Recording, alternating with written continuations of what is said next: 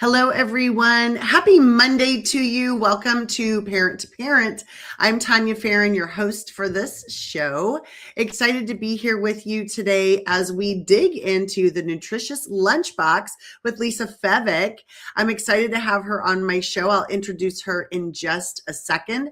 Couple of things you'll be able to see today. I want to share some things with you. You can check out a copy of my book, Raising the Well-Adjusted Child, a Parent's Manual. It's on Amazon. So check that out today. Get yourself a copy. You can also click that QR code at the top of the screen, and that will take you to the page to purchase as well. Also, for you, I have a book study opportunity for you with some parents, whether it's your school or another way that you want to connect with other parents. We can put together a book study on my book, Raising the Well-Adjusted Child, a Parent's Manual. Get together, have some fun, talk about raising kids and doing some fun things with that. Lastly, for you, I've also got my Parent to Parent YouTube channel. As you can see, this is showing this event with Lisa Feveck right now, because this is going live right now on my YouTube channel. So you can stay tuned for all of the events that are going live, that are coming soon. Check those out and come back and listen to the ones that we've already had going back in. You'll see things that will resonate with you. But for today's guest, we've got Lisa Feveck with us. She is a registered dietitian. She talks a lot about the diet and menopause. She's on TikTok. She's on LinkedIn, probably some other social media channels that I don't know anything about. She's been on our show before, and we're going to talk about building that nutritious lunchbox. So welcome, Lisa. Thanks for joining us. Hi, thanks for having me. Always a pleasure to share some knowledge with the audience. Yes, we're excited to have you here very much. Tell them a little bit about you, Lisa. Anything that I missed? No, I don't think so. My focus is on perimenopause and menopause, but I'm a dietitian first. So I train to see everyone from babies to getting into your golden years. So it's always nice to share something else outside of menopause sometimes. But the advice that I'm giving today, anyone can use. So if you're an adult and you're packing your lunch for work, you can certainly take the same advice and apply it to yours. I love that. I do. I think that's incredible. And there's a lot of us that pack our lunches every day. And even as an educator, I always brought my lunch to work because I didn't really have time to go to the cafeteria. It was just easier if I grabbed my lunch and opened it up and ate it at my desk or took it to the staff room. But you're right. There's really not, and we could never leave to go anywhere. It wasn't like we could do that. And DoorDashing and all of that, yes. Yeah, DoorDashing can get expensive, and the office doesn't always like it when you DoorDash your orders to the office either. So I'll tell you that much. Well, I want to take a minute to thank everybody for joining us today. Hi, Leslie Flowers. Thanks for joining us today. Hi, we appreciate you. Yes, she's amazing. Jackie Hallberg, thanks for joining us. Hey. So sweet of you to come today. And Leslie's coming from North Carolina. Hello, Miss Natalie Thomas. Thanks for joining. Hi. Christy Williams. So nice to see everyone. I know we do love Lisa. Thank you, Christy. Love you too, darling. I do. I always learn from her. Thanks. Yes. Menopause or not, we can all improve what we eat. Exactly. So we've got some great questions. You can always type your questions into the chat also for Lisa as we're going through talking about this nutritious lunchbox. So the first question is, why do you think it's important for us to talk about this topic of building a nutritious lunchbox to make for our kids? Yeah. So kids are at that developmental stage where they're growing, they're shooting up quickly. I hear parents say every time they come out of the August vacation, they have to buy new clothes or new shoes because they've grown again. But that's what food does. It helps us grow, it helps us get stronger, but also for brain development as well. Remember, they're going back to school, and it's been proven that if they start off with a healthy breakfast, they learn better, they focus more, they aren't tired, they aren't falling asleep in class. So having nutritious meals are important for kids but also for adults as well, for us to function, for any of us to function at our best, your foundation is always good food. So Yeah. it's really important that, especially if you're packing your school lunches. I know sometimes we children get the school feeding in at schools, but if you're packing lunches, you really want to take that time to ensure that they're getting the best out of what you can afford.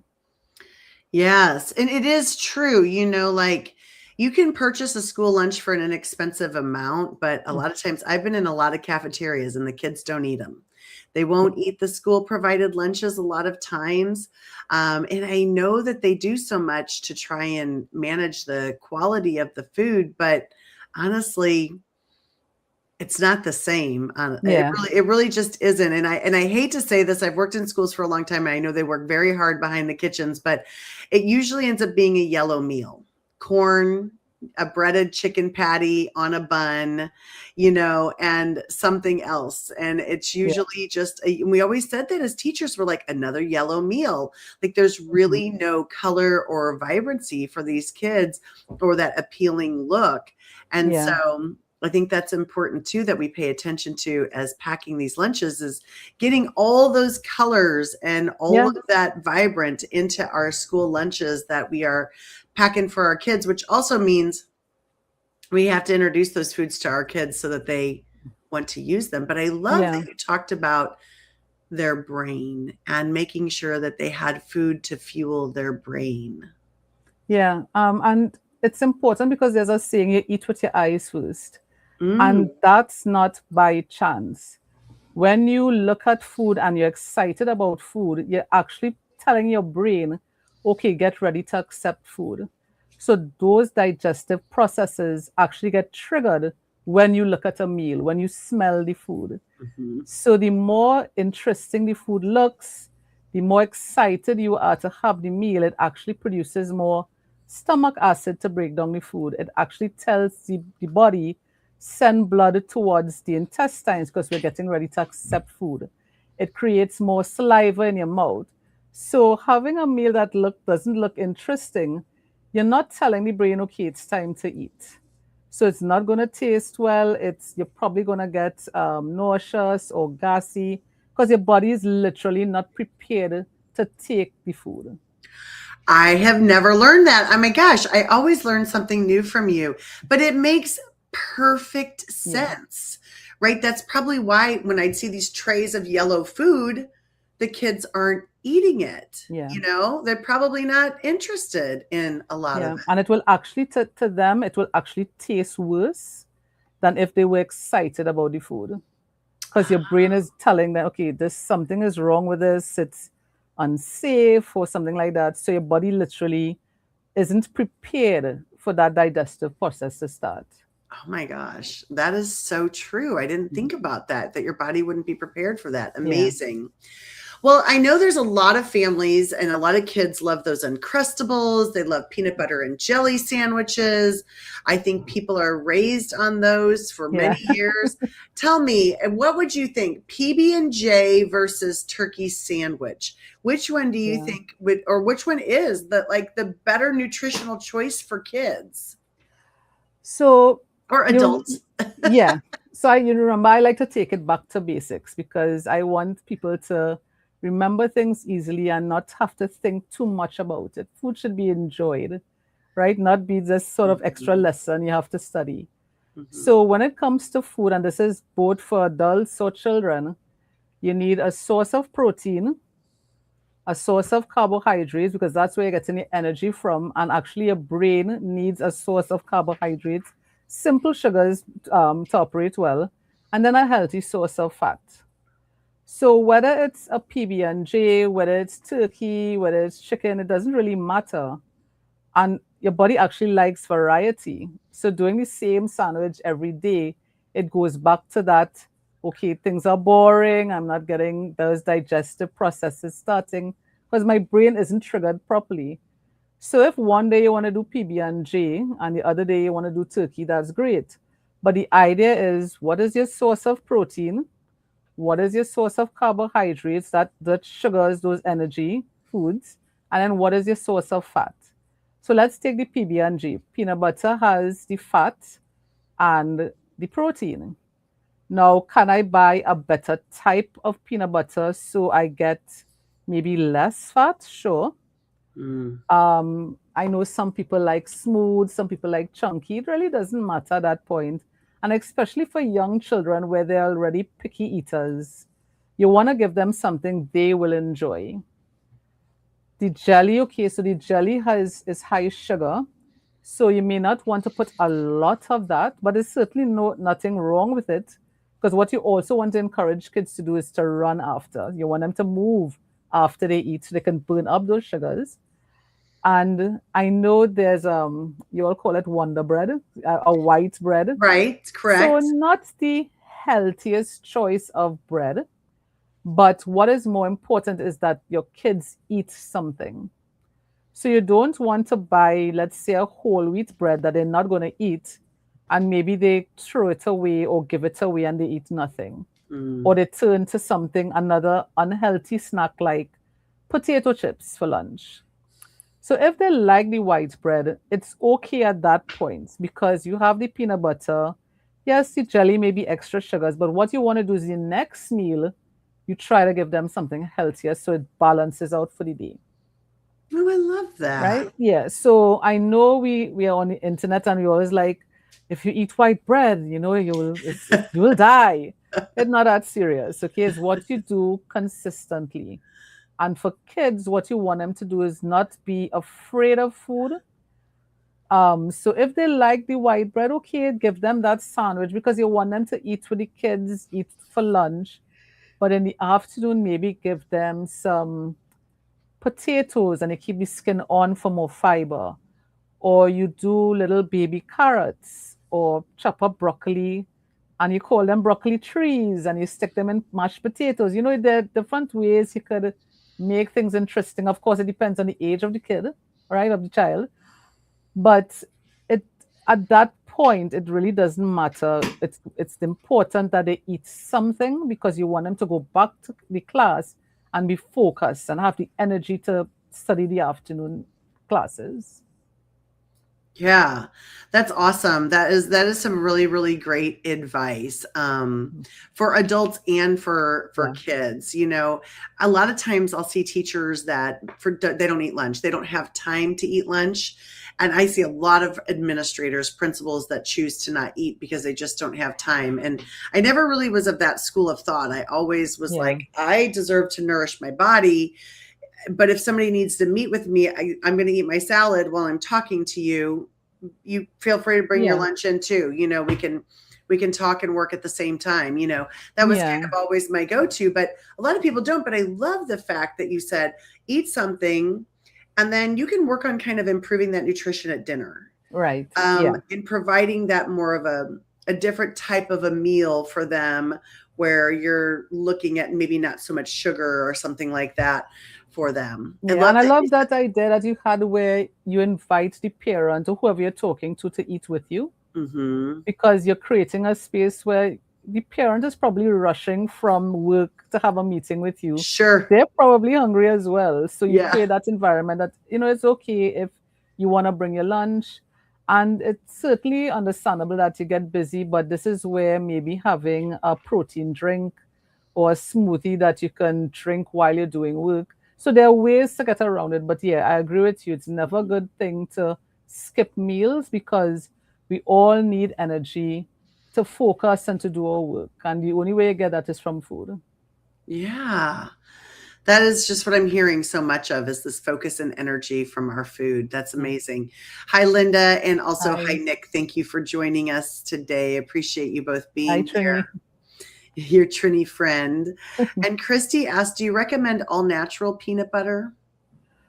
So it is a better choice than some of the other ones because the natural peanut butter is usually just peanuts that they've ground up and put in the jar.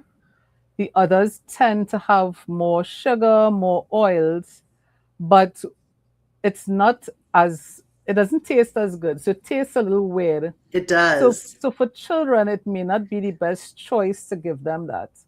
Again, it's what are they going to eat? So maybe if you have the not so healthy peanut butter, you can pair it with apple slices. You all have something called ants on a log, right? We Yes, didn't grow up yes. with that. Ants on a log, yes. It's a The piece of celery celery, with peanut butter and you're right. raisins, So yes. maybe that's the less healthy peanut butter you keep for the ants on the log.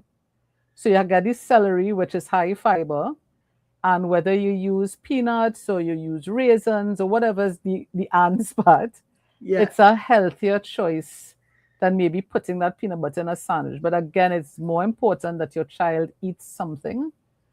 But again, ways around it, right? So the apple has fiber. It's a better choice than maybe a slice of white bread. Yeah. But if they're a picky eater, then it's important that they eat. Yes. Yes, it is.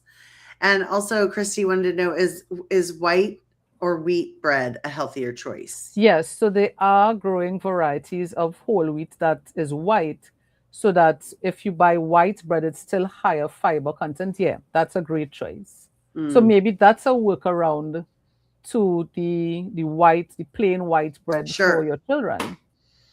Yeah, absolutely. Absolutely. And Nick, she agrees we shouldn't overthink. We have good things Yeah, to eat on hand. Exactly. Exactly. yeah. Don't make food the stressful part of your day. Yeah, really, you Yeah. shouldn't. And there's a lot of things. I know a lot of parents are busy, they're working, Mm. and so finding things like those Uncrustables or things like that that your kids will eat for lunch, protein bar, maybe they might like something like that. I've seen parents make smoothies. I've seen a lot of leftovers brought to school. Kids like, Yeah, leftover spaghetti and meatballs in a yeah, thermos. They bring that a lot. They enjoy those types of things. And yeah. And so, with the Uncrustables, it tends not to be the healthiest choices. It's right. very high sugar, it's very processed, but you can take the same idea of the Uncrustables and make your own. So I know there are these kind of cookie cutters that press out the bread. So you put the jam and the peanut butter in the bread and you make your own crustable, right? And you toast it like that. You could pack cute things. So again, it depends on the age of the child and what appeals to them. You buy cute containers, cute lunch bags. Some children, they will eat baby carrots, but if you chop up carrots, they won't eat it. So spend a couple extra bucks and buy the baby carrots, Yeah. right? Give them things to dip with. So mashed potatoes, freshly made mashed potatoes are a good dip.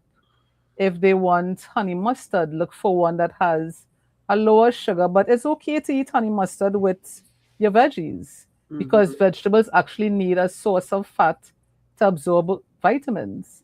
So Hmm. having like a ranch dip or a Caesar salad dip in a cute container and you pack your veggies in a Ziploc bag, that's a good way for them to have something fun to eat, but they're getting their veggies in. Yeah. Yeah. And honestly, I'm sitting here thinking of a lot of things like that you're talking about. One, making those Uncrustable sandwiches with your kids. You could do that on a Sunday and they could make 4 or 5 of them Yeah, and let them and make it. Yeah. and Ziploc them and put them Hmm. in the fridge. It would probably save you so much money. I mean, a loaf Money, of bread yes. is probably $2. I don't even know how much these Uncrustables that are frozen or whatever, how much they cost.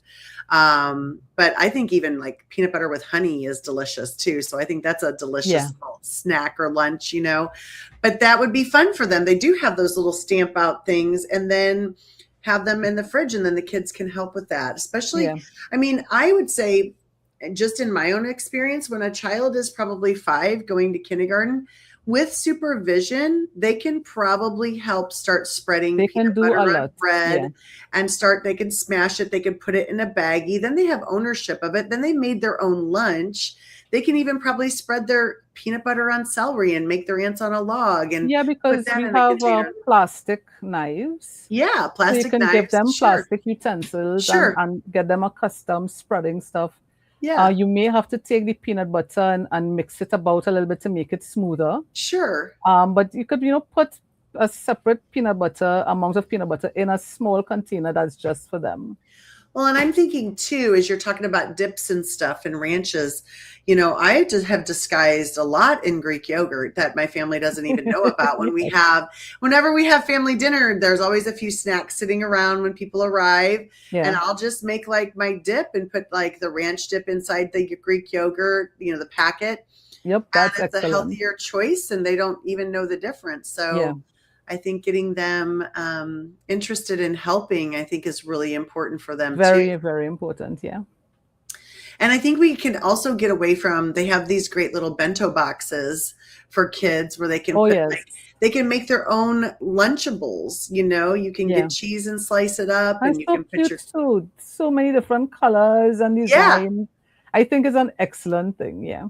yeah, there's lots of little ways to get them involved. And I think the other thing as parents, we sometimes take on that I have to pack their lunch. I have to get them ready while I'm trying to get Yes. ready and I'm packing my own lunch. So thinking about maybe developing a plan, whether it be Monday night or Sunday afternoon, when you can help get things prepped for yourself for your lunches as well as for your Yeah. kids, is always a good plan too. Yeah, and I think that extends to even the shopping. Take them shopping with you. Give them the different colors of the fruits and vegetables. So there are 5 colors that we should cover. The red and pink. And why I say the colors is because each fruit and vegetable that falls in that color group, it's similar types of vitamins, minerals, antioxidants. So you don't have to remember, okay, which one has vitamin C and which one has magnesium. You're keeping it simple. Buy a different colors. So you could actually give them like cards with the colors in it. Red group, the yellow and orange is one group, your green group, purples, blues is another group, and then your white, your tan, your brown, that's your next group. So that's 5 colors. So you actually give them the 5 colors and you tell them buy a vegetable and a fruit in each color. And let them experiment. Let them then go on YouTube and look for a recipe that will cover those vegetables that they bought. So you get them involved early as possible with food so that they're not having these sort of anxiety issues surrounding food because you start them from early. And if they don't like something, that's great. That's fine. Pick something else. So if they don't like squash or pumpkin, you also have carrots. If they don't like any vegetable that falls in the yellow or orange group, you have the fruit side. So they can get an orange. You can get a peach or whatever it is that falls Sure. in that color group. The important thing is that by the end of the week, at least, you cover all 5 colors. But Yeah. get them involved. Let them go buy it. Let them research how to cook it. Let them cook it themselves as much as possible, depending on the age. Sure. Absolutely. I agree with that. I agree. Yeah. And I think you start teaching them when you start doing things like that, Yeah. you're teaching them that variety. You have less picky eaters because they've been Hmm. exposed to a lot of Yeah. things. And when you do that as a young age and you make it fun, Yeah. making it fun for kids is really important to do as well. Absolutely. I agree with that. Mm. You talked about, I have a couple of questions for you. Sure. One, I have 2 questions. I'm going to say the first one. So, should we worry about the caloric amount that we put in the lunchbox for the kids? Like, how many calories are they eating? So it depends on the age of the child. And this Mhm. is where working with your pediatrician and your pediatric dietitian is important. Okay. Right? Because you should have someone tracking their weight, tracking their height for weight ratio. And that's what a Okay. pediatrician does, right? So Right. you Right. should have regular visits with them. Okay. Because, yes, it is a concern. We have a lot of overweight and obese children. We Mhm. have more children with type 2 diabetes, where we didn't have that long ago. So, Mhm. yes, it's something to monitor. Okay. So, you don't want to fill their boxes with a lot of processed foods. It's not the best choice, but it's not to say that they can't have snacks. So, you can have your favorite snack, but let's eat some carrots first. Yeah. Let's have a piece of orange or pineapple first. Right? So Right. it's not that they can't have it, but that's where those bento boxes, I think, are really helpful. So Yeah. you let them pack it, let them put their favorite snack, even if it's like a chocolate or something that, okay, it's not the best choice, it's high sugar. But that's the negotiation part. You can have that, no problem. But what else are you putting in your bento box? And let them choose from the variety that you have. Let them chop up the lettuce. Let them put the beans, whatever it is, let them pack it. And it's okay to have a snack. That's where the balance comes in, and you're teaching them balance. And then they don't feel deprived. Then you don't have Yeah, that I'm deprived because of this. And I yes, think that's important for us as adults too, you know. exactly. I like my little taste of something sweet after a meal, you Yeah, know. I enjoy that as well. So I think that's really great to have. And I think yeah, about, you know, I love that you said a pediatric dietitian, yeah, because I think that I've never really talked to one, and you made me think about back when I took my kids to the doctor. Yeah, they were, you know, measured and height and weight and what ranking, you know, where did they fall into that?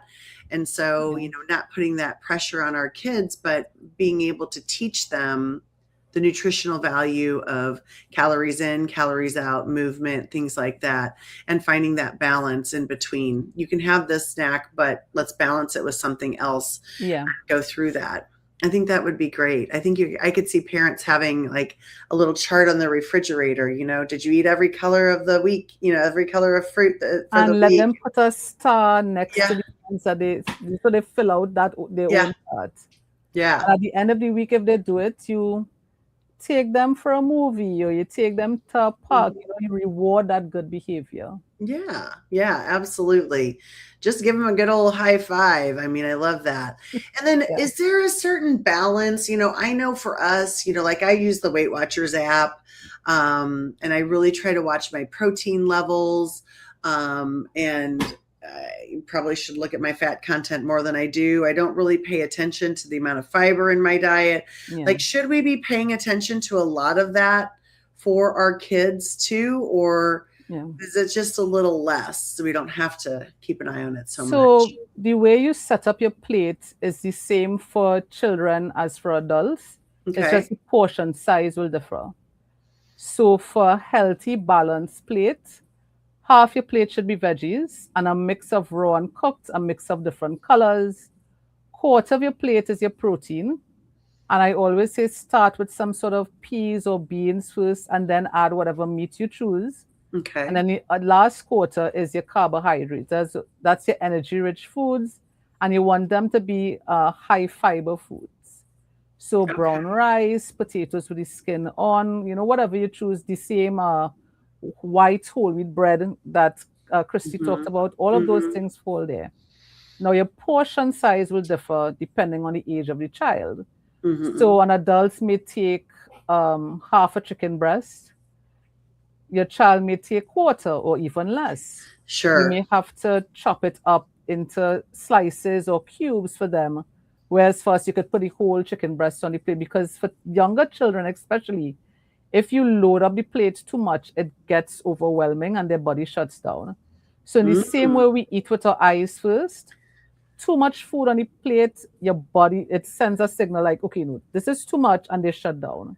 Really Which is why they don't eat. Because it's just too much food. interesting. It's So you overwhelming. get a Yeah. smaller plate. There are even sites, and I know I saw it on Amazon that they actually have the dividers in them. Okay. So you could put, little carbs go here, protein goes there. The plate is actually set up like that. You can get a smaller plate for them. And again, you let them put out how much they want. So you I'm get maybe a tablespoon and you put out the peas, you put out the rice. So you get a smaller utensil to put out their food. And the important thing is that they finish the plate. If they want more, great. But if it's too much, they end up leaving back food. And again, that fear of food, that anxiety kicks in. I So it's love best to eat a little bit. And then if they want more, they have a second sharing. I love that for the fact, I mean, I think back to the original TV dinners, right? The biggest portion was the meat part of Yeah. the whole plate. And the vegetable was in a little container like Yeah. this, and the apple pie, and then the Yeah. mashed So you potatoes. switch that So we around were a bit. definitely messed up, but I love that you talked about how, like, so when I think that about those divided plates, I think people think that bigger portion is like for the main part of their meal, and then Yeah. No, we it's just actually eat a for the little, veggies. we eat a little bit of veggies and a little bit of starch, but Yeah. I think that plate needs to be turned a little bit, Yeah. right? And then that garden salad or those things to fill us up. And you were Mhm. making me think that. I know we're at our 30 minutes, but you were making me think that with kids, like, having a choice of what they wanted and then maybe carrots or something, because by the time, if they eat those carrots first, by the time it hits their stomach, then they start feeling full, that Yeah. satiated feeling of, then they're not overeating on the other, which is a great habit for us to think about too. Eating those higher fibered foods probably help us start to feel full faster or sooner. True, but they also do need a source of energy. So you don't want to cut out the carbs from their plate. Right. So, and this is where the portion size comes in, depending on the age of the child. So maybe start with 3 carrots, baby carrots, and 1 tablespoon of potatoes. And you chop up the meat into little cubes, and you try to make them evenly sized so that they can pick each one up with maybe a toothpick instead of Yeah, a fork. So they sure. end up picking up, creating a little appetizer for themselves. They're cute ways to get them to eat. And Yeah. once they finish, you ask them how if they want anything else. We let them wait a bit because it takes about 15 minutes for your brain to register how full you are. So you don't want to get seconds right away. Give it about 15 minutes. And then if they're still hungry, whatever they want to eat after that, because they've already covered the main stuff on the veggies on the plate already. So if they feel for extra meat or extra potatoes, at that point it doesn't matter because they've already eaten what they're supposed to eat.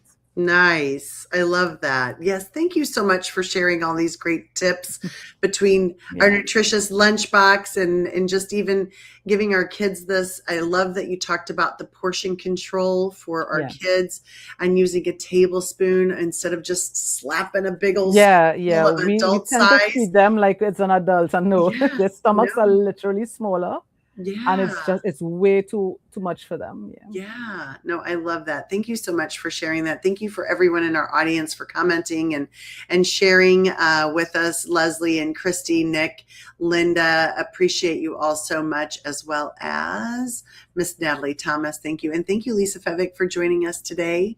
We Not a appreciate it problem. whenever you come on our show. Thanks for giving us great tips. We'll You're be most back. welcome. Yeah, we'll be back next Monday. Thank you, Lisa. Take care, everybody. Bye now.